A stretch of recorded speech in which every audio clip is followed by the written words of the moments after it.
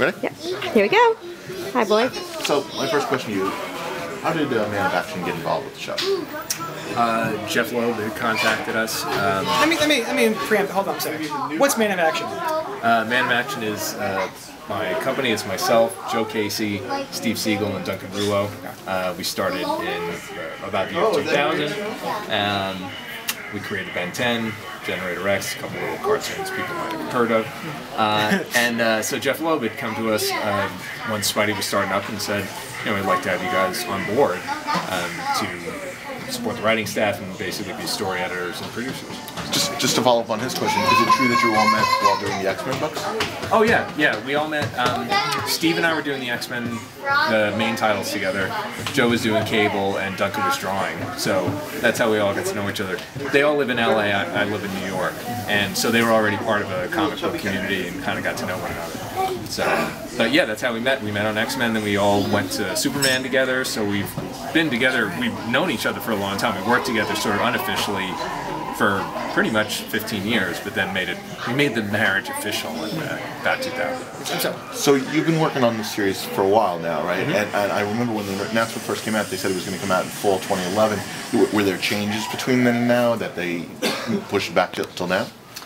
No, nothing specific. You know, I think what happens is people get very optimistic about an animation schedule, and it just takes longer sometimes than people think. You know, it's really does take about a year to make an episode if you're taking your time. It's, you know, you can get it down to 9 months or 10 months or something like that. But I think, you know, if you guys see the quality level that everybody's shooting for, you really want to make sure that this looks like a Marvel comic come to life, really.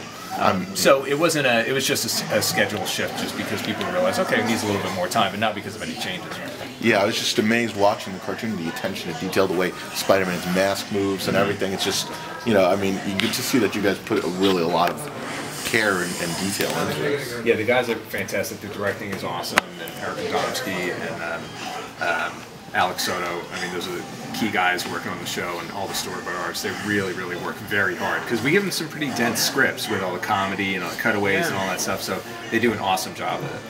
So it's called Ultimate Spider-Man, but how much influence are you actually taking from the Ultimate Spider-Man comic? It's really more of an inspiration from that universe. You know, when Brian Bendis started all that stuff, it's sort of an anything goes. You know, all gloves are off, all bets are off. You take what you love and redo it, you know, for today's audience. So we kind of took that spirit. It's not really, you know, there might be a couple elements that are recognizable, but there are definitely elements that are recognizable from films and from the comics and all that kind of stuff. You know, it's just what do we like best, and then you'll see some of the characters redefined. Certainly some villains when we start getting to some classic Spider villains and not quite as classic, because it's an opportunity to bring it to a new audience and maybe update somebody that, you know, if we were sitting around talking about, well, why would so-and-so do such and such, and we'd kind of poke at it, well, now we have an opportunity to redo those guys. So do you think we'll ever see Miles Morales in the series? I could not say whether or not we were going to see Miles Morales, but, you know, this is definitely the Peter Parker Spidey, you know, no question. So you guys are known for your work on Ben 10 and Generator Rex. How has working on those series helped you in developing this series? You know, really, those shows gave us our producing chops, ultimately, you know. And it's so different. It's a different set of skills to some degree, sort of developing a project from scratch and then playing with toys that already exist. And they're both great, you know, like it's sort of pros and cons to both of them. But really, we got what we do now. You know, we run the scripts, we hire the writers, we develop all the stories with the guys at Marvel.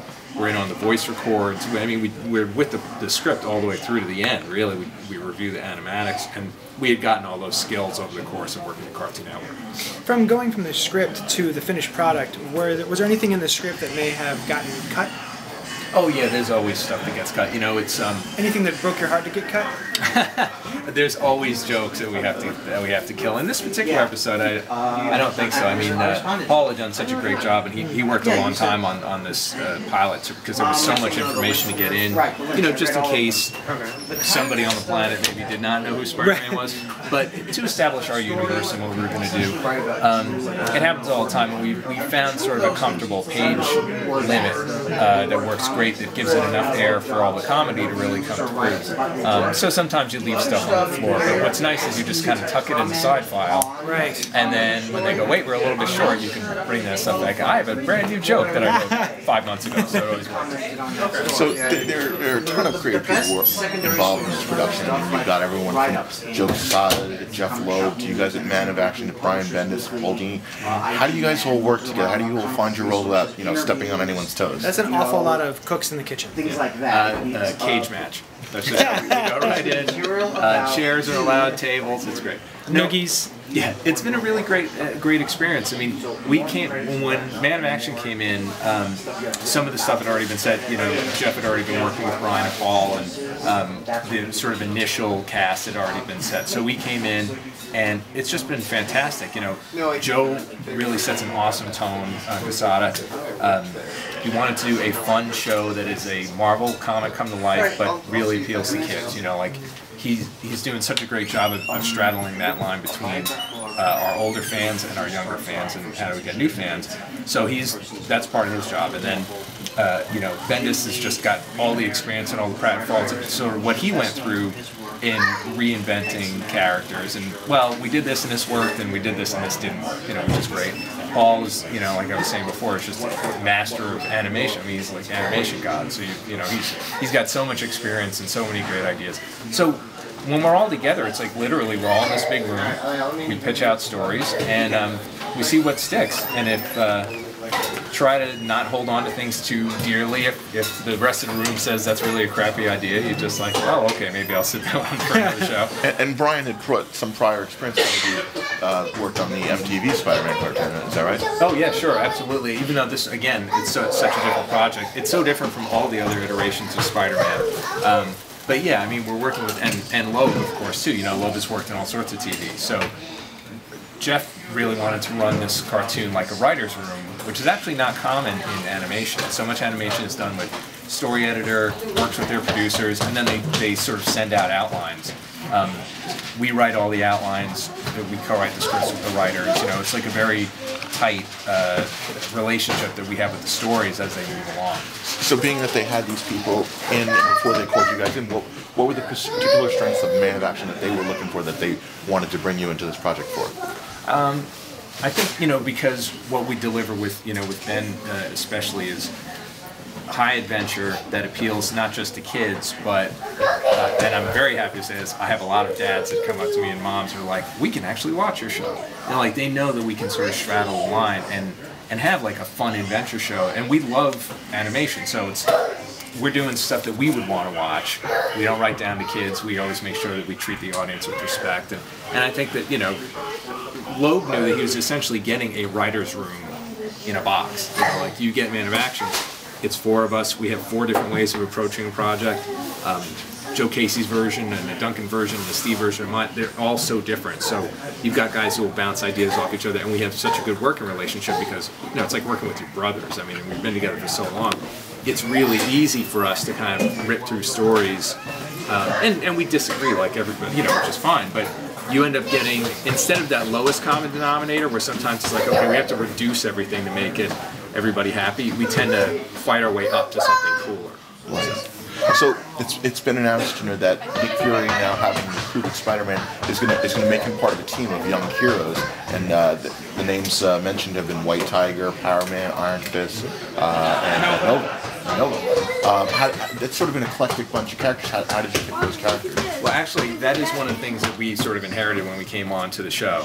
Was that cast had already been decided, and at first, we were actually sort of surprised. We didn't know what the show was going to be like, and we're sort of, like I'm sure many fans, especially older fans, were like, oh, Spidey and His Amazing Friends 2.0, like, is that what we're looking at?